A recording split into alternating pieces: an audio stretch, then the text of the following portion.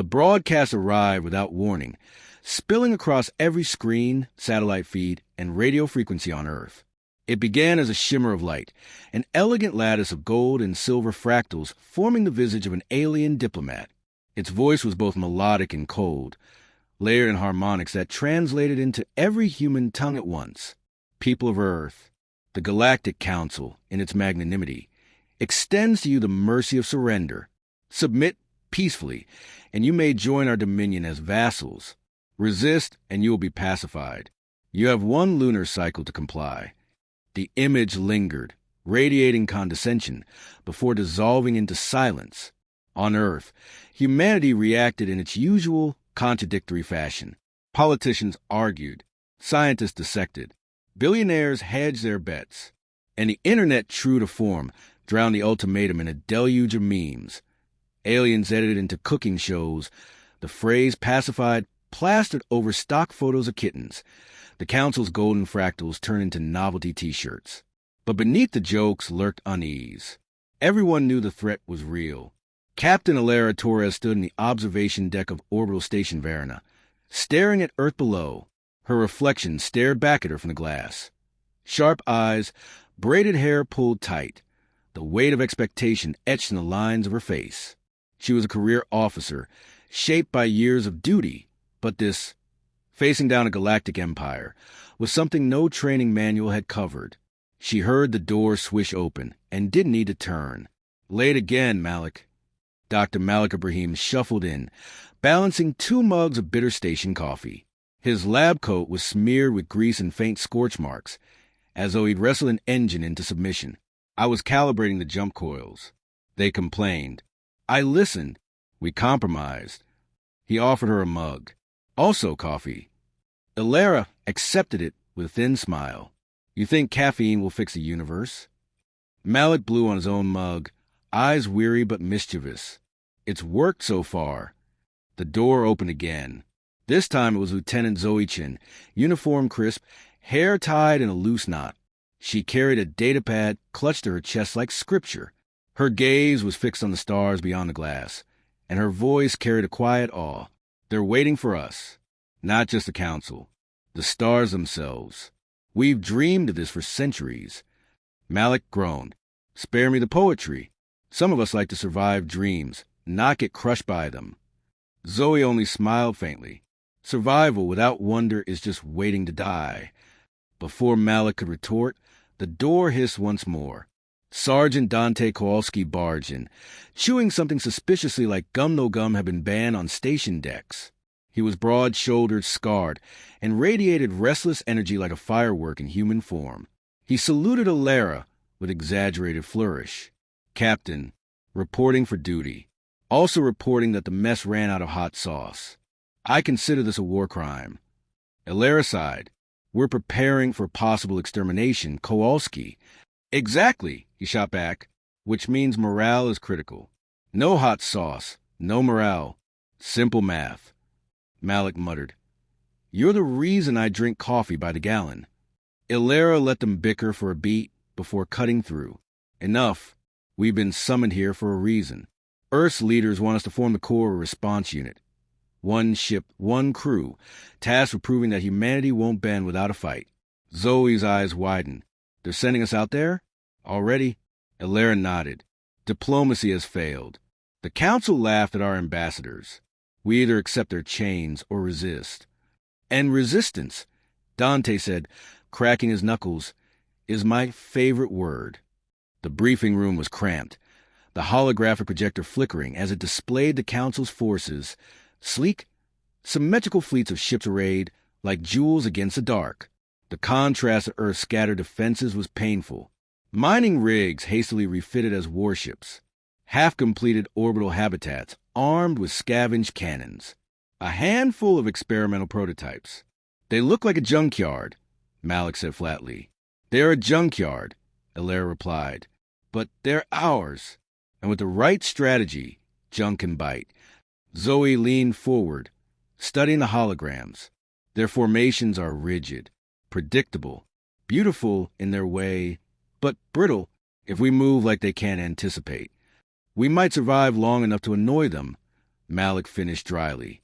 Dante grinned. Annoying people is my second favorite word. Illyra allowed herself a small smile. Despite the absurdity, she felt something stirring, a flicker of defiance.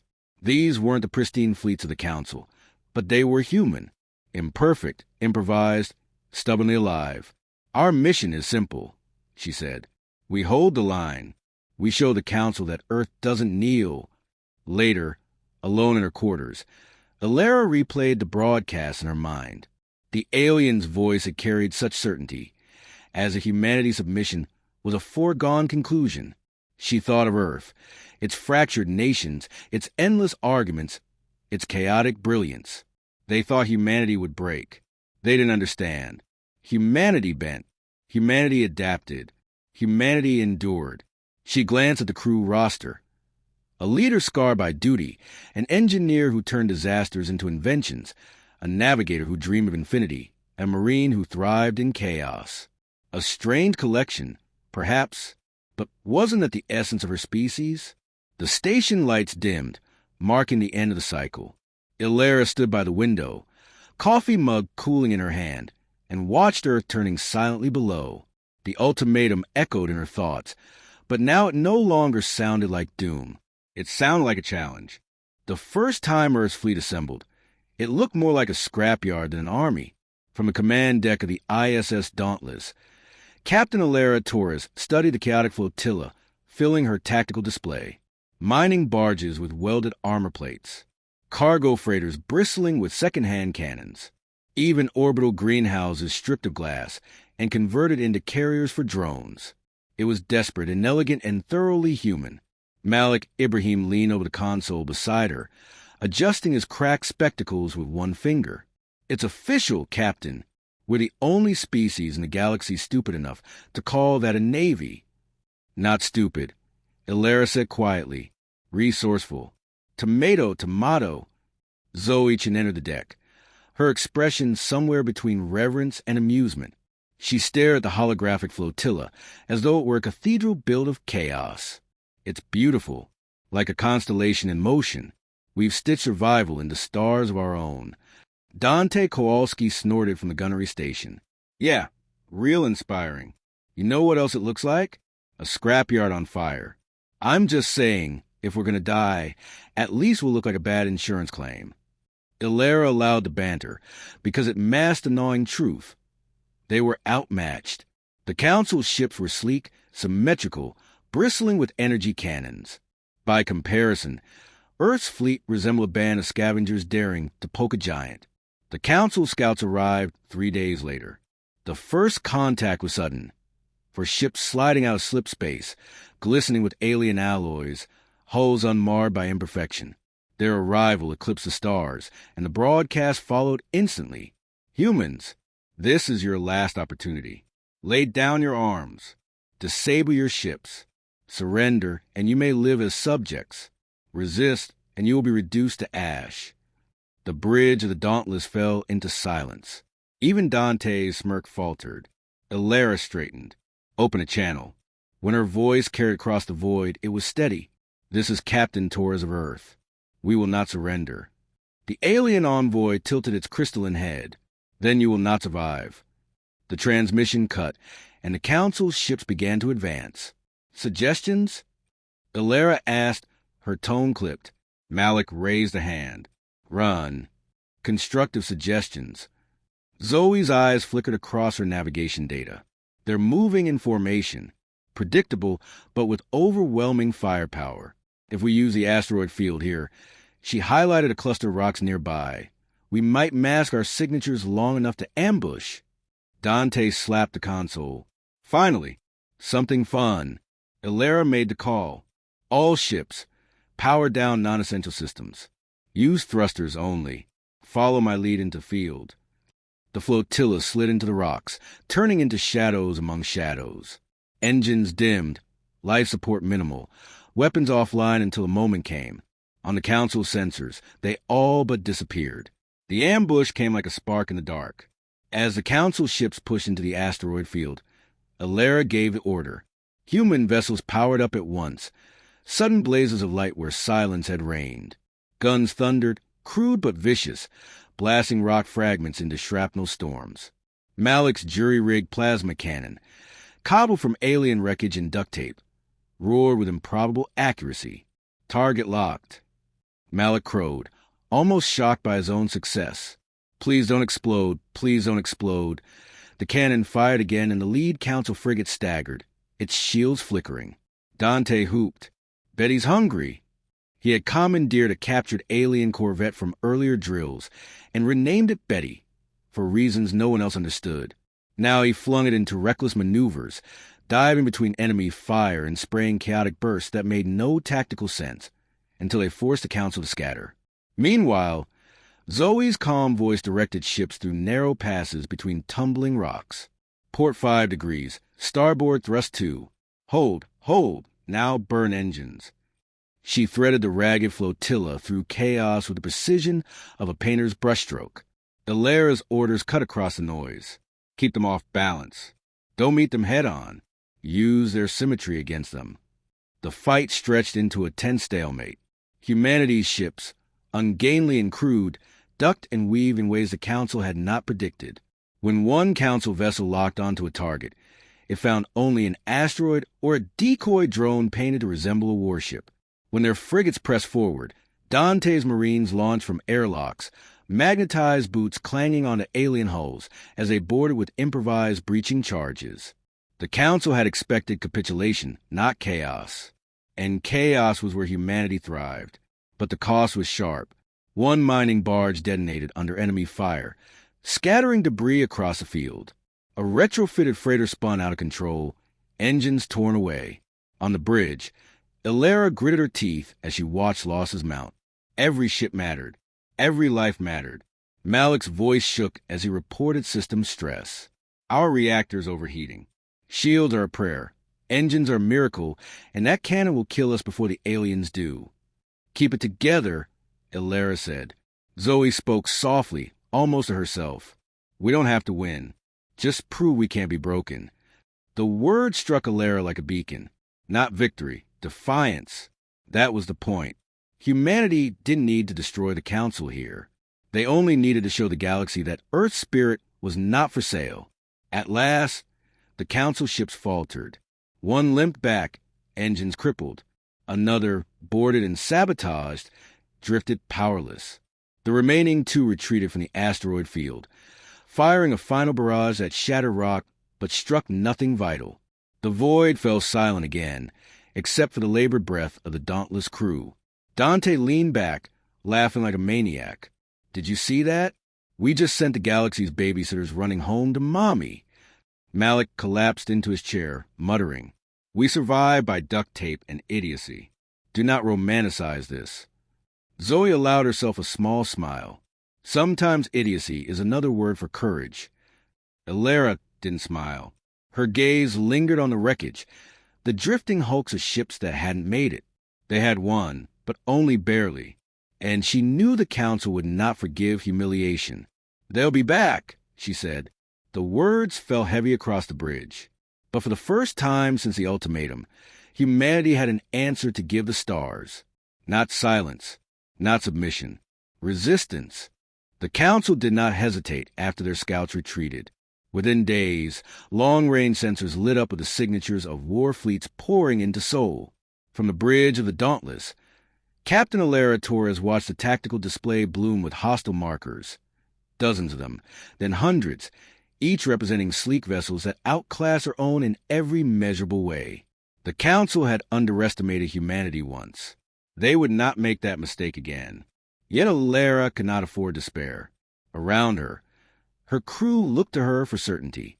And certainty, she had learned, was often an act of theater. They want to crush us fast, she said, forcing her voice steady. So we'll make them bleed slow. Malik Ibrahim did not believe in miracles, but he believed in welding torches. His engineering bay looked like an explosion in a scrapyard. Wires hanging from the ceiling, fuel cells stacked beside dismantled alien weapons, cooling fluid dripping into coffee mugs. He barked orders at technicians while scribbling equations onto the floor with a greased pencil. No. If you connect that coil, the The whole ship becomes a toaster oven. Use the alien flux regulators. Yes, those shiny things. Don't ask how they work. Nobody knows. When Alara appeared at the hatch, Malik straightened, his face streaked with grime. Captain, I can give you weapons, but they'll probably kill us too. Fair trade. Her lips twitched. Just make sure they kill the council first. He grinned, manic. Done. On the navigation deck, Zoe Chen traced trajectories across a star map that sprawled like a living painting. Her fingers hovered above gravitational curves, plotting slingshot maneuvers around gas giants, threading invisible corridors between radiation belts. She whispered half to herself, half to the void. They march in lines, rigid as a metronome, but space is a symphony. We can dance where they cannot. Alara placed a hand on her shoulder. Can we hold them off? Zoe turned, eyes shining with something between dread and wonder. Hold them off? No, but we can lead them astray. Make them chase ghosts through the storm. Meanwhile, Dante Kowalski trained his Marines in the cargo bay, strapping jump packs onto armored suits. Forget elegant tactics, he shouted, pacing like a drill sergeant who drunk 3 espressos too many. The council thinks boarding actions are barbaric, which is why they'll never see us coming. One recruit raised a hand. Sir, what if the packs fail mid-jump? Dante grinned. Then you'll die gloriously. And that's called morale, soldier. His men laughed, half in fear, half in exhilaration. They were not the best-equipped fighters in the galaxy, but they were the most unpredictable. The storm broke near Jupiter. The council fleet descended in flawless formation, columns of silver and gold stretching from horizon to horizon. Their ships gleamed, shields humming like cathedral bells. By contrast, humanity's flotilla lurked among the gas giant storms, ragged silhouettes against the raging clouds. The Lara issued orders with precision. Malik, fire control online. Zoe, bring us through the magnetic field. Dante, prepare boarding teams. The first volleys cracked across the void. Council beams lanced outward, carving through space like scythes. Human ships scattered, diving into Jupiter's maelstrom, using the planet's magnetosphere to scramble sensors. Malik's modified plasma cannon spat back furious light. One council cruiser reeled, shield shattering under the brute force of scavenged energy. Did you see that? Malik crowed. We broke physics. Or maybe physics broke us.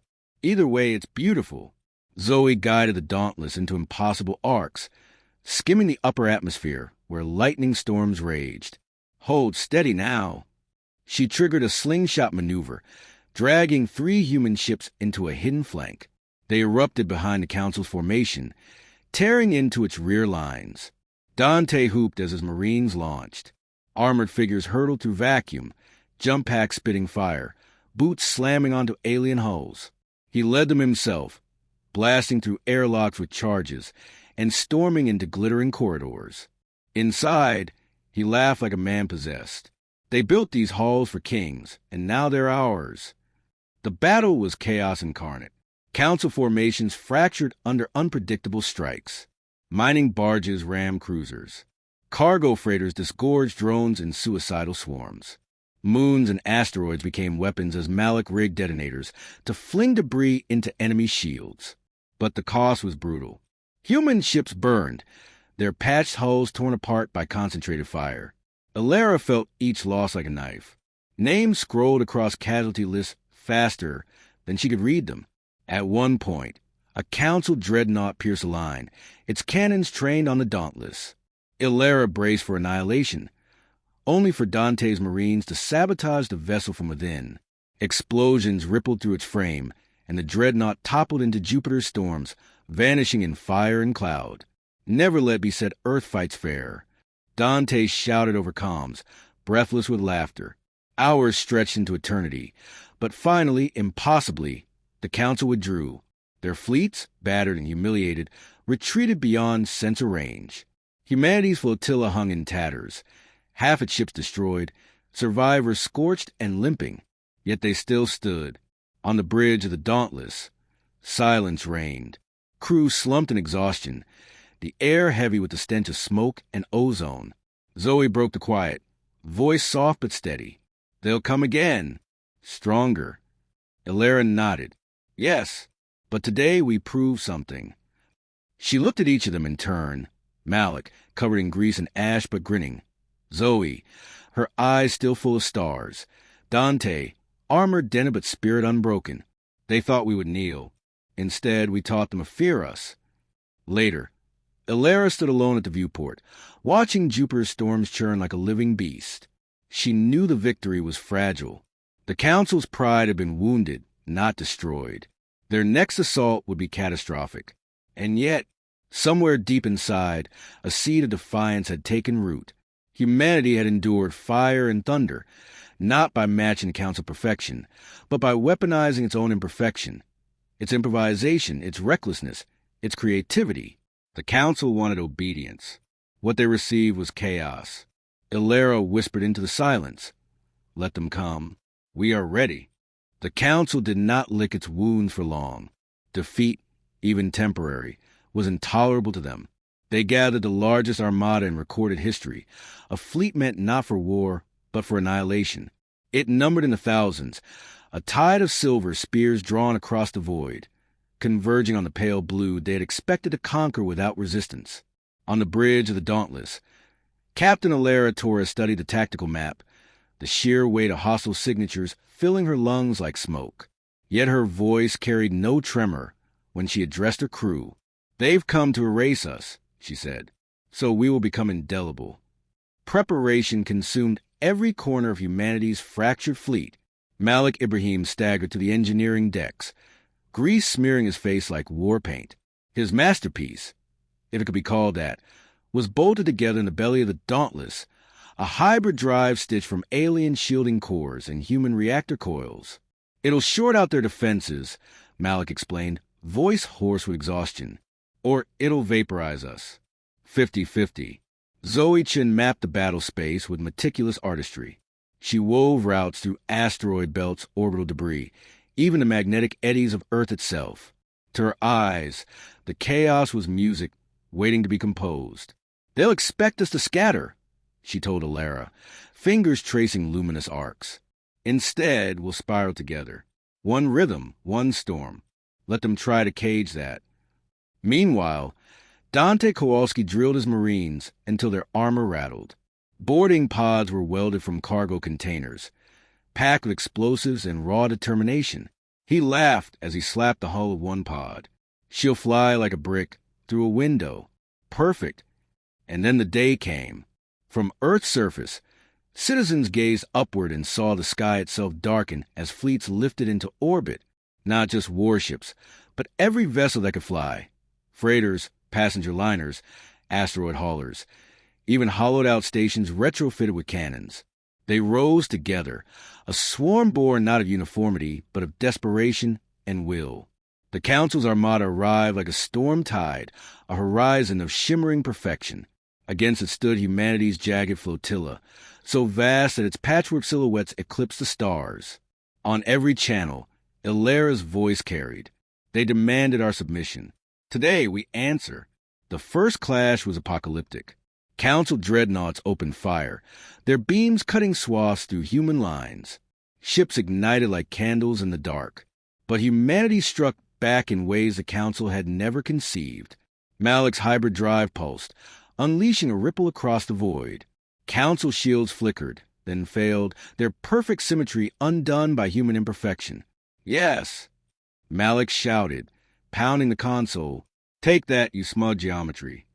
Zoe's fleet maneuvers turned chaos into choreography.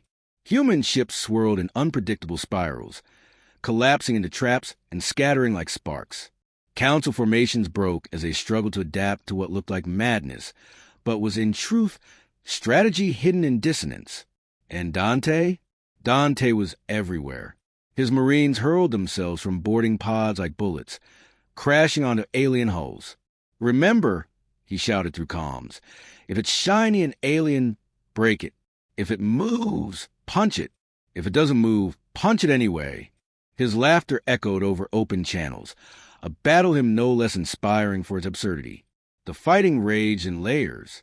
Orbit became a graveyard of burning wrecks, and shattered pride. Earth's atmosphere lit with falling debris, streaks of fire against the night. Yet the Council's confidence eroded with every passing hour. They had expected obedience. Instead, they faced defiance sharpened into a blade. Ilara directed it all, her command precise, her resolve unshakable. She felt the weight of every loss but carried it forward, transforming grief into momentum. Keep pressing. Make them fear the ground they tread. Malik's invention overloaded, sparks cascading across the engineering deck. He screamed in the comms, "If the ship explodes, I expect posthumous awards." But the Dauntless held, its pulse continuing to cripple enemy shields. Zoe threaded the fleet into a final maneuver, a spiral converging on the Council's flagship. Her voice was steady, almost serene. They wrote the rules of war, but we rewrote the song. Dante led the boarding strike. Explosions gutted the flagship's hull as Marines surged inside. In the command chamber, he tore down the Council's banners and grinned at the shocked delegates. Surprise inspection. You failed. The flagship's fall broke the Armada's will. One by one, Council vessels disengaged, retreating into the void, not because they were defeated, many still bristled with weapons, but because the illusion of inevitability had been shattered. They had come to conquer sheep. Instead, they had found wolves. When silence finally settled over orbit, Earth's fleet remained, scarred, bloody, but unbowed. On the bridge of the Dauntless, cheers erupted. Malik collapsed into a chair, whispering, "We lived. I hate that. I love that." Zoe allowed herself a trembling smile. They underestimated us. They won't make that mistake again. Dante sprawled across a console, helmet dented, still laughing. If they come back, I'll just punch them twice as hard. Ilara looked at them all, her engineer, her navigator, her marine, her strange and imperfect crew.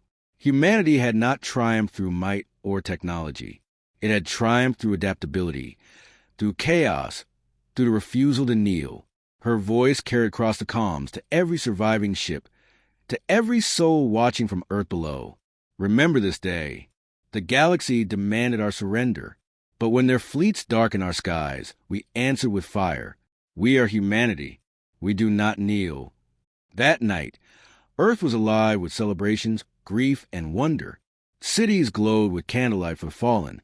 Children pointed at the sky, at the drifting wreckage that marked victory bought with blood. But in the shadows of her cabin, Ilara stared out at the stars, expression solemn. The Council would not forget. They would return, perhaps not tomorrow, perhaps not for years. Zoe entered quietly, her voice soft. "You think this was just the beginning?" Ilara nodded. "They'll never forgive us for surviving, but let them come. We'll meet them again." Outside, the stars stretched endlessly, a canvas of challenges and promises. Humanity had declared itself not prey, but participant in the grand theater of the galaxy. And in that vast silence, one truth burned brighter than any fleet. The Council had demanded submission. Humanity had given them defiance. And the stars themselves would never look the same.